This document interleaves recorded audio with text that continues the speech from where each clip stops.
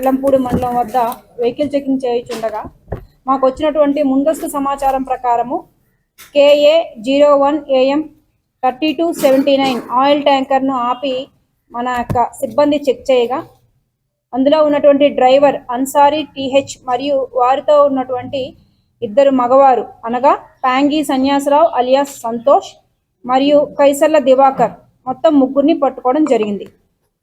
సదరు వాహనం యొక్క టాప్ క్యాబిన్ అరలోను అదేవిధంగా క్లీనర్ సీట్ కింద భాగంలో మొత్తం 43 గంజాయి ప్యాకెట్లు ఉంచి గుట్టుగా రవాణా చేస్తున్నట్టు మధ్యవర్తుల సమక్షంలోనే వారు చెప్పగా మొత్తం 43 ప్యాకెట్లు టోటల్ వెయిట్ 84.660 కేజీల గంజాయిని పట్టుకోవడం జరిగింది.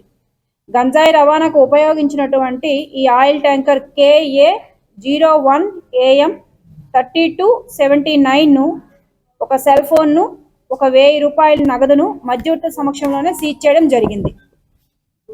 ఈ కేసులో ప్రథమ ముద్దాయి అదేవిధంగా ప్రధాన ముద్దాయి అయినటువంటి కేరళకు చెందినటువంటి రాజేష్ యొక్క డిమాండ్ మేరకే ఈ రెండవ ముద్దాయి అయినటువంటి ప్యాంగి సన్యాసరావు అనే వ్యక్తి చిత్రకొండ ఒడిశా నందు గంజాయిని తక్కువ రేటుకు కొని దానిని ఏటిగైరంపేటకు చెందినటువంటి దివాకర్ అనే వ్యక్తి ద్వారా ఏజెన్సీ నుంచి హైవే వరకు తీసుకొని వచ్చి ముందుగానే రాజేష్ నియమించినటువంటి ఒక లారీలో గంజాయిని ఆంధ్ర నుంచి చెన్నైకి చెందినటువంటి ధనశేఖర్ అనేటటువంటి వ్యక్తికి తీసుకొని వెళ్తుండగా కృష్ణవరం టోల్ ప్లాజా దగ్గర వచ్చేసరికి వాటిని మనం పట్టుకొని అరెస్ట్ చేయడం అయింది.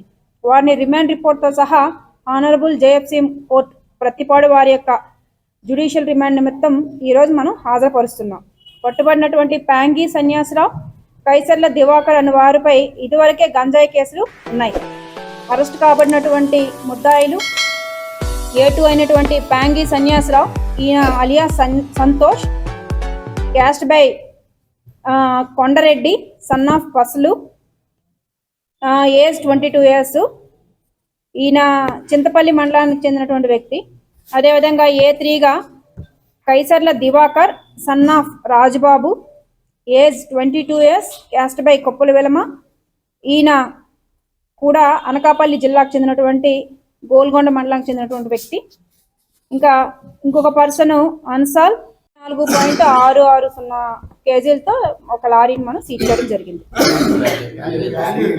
84 కేజీల 660 గ్రాముల గంజాయి విలువని సుమారు 4 లక్షల రూపాయలు వేయడం జరిగింది. దీంతో పాటుగా సీజ్ చేయబడినటువంటి ఈ లారీ కాస్ట్ కూడాను సుమారు 7 లక్షల రూపాయలు వేయడం జరిగింది.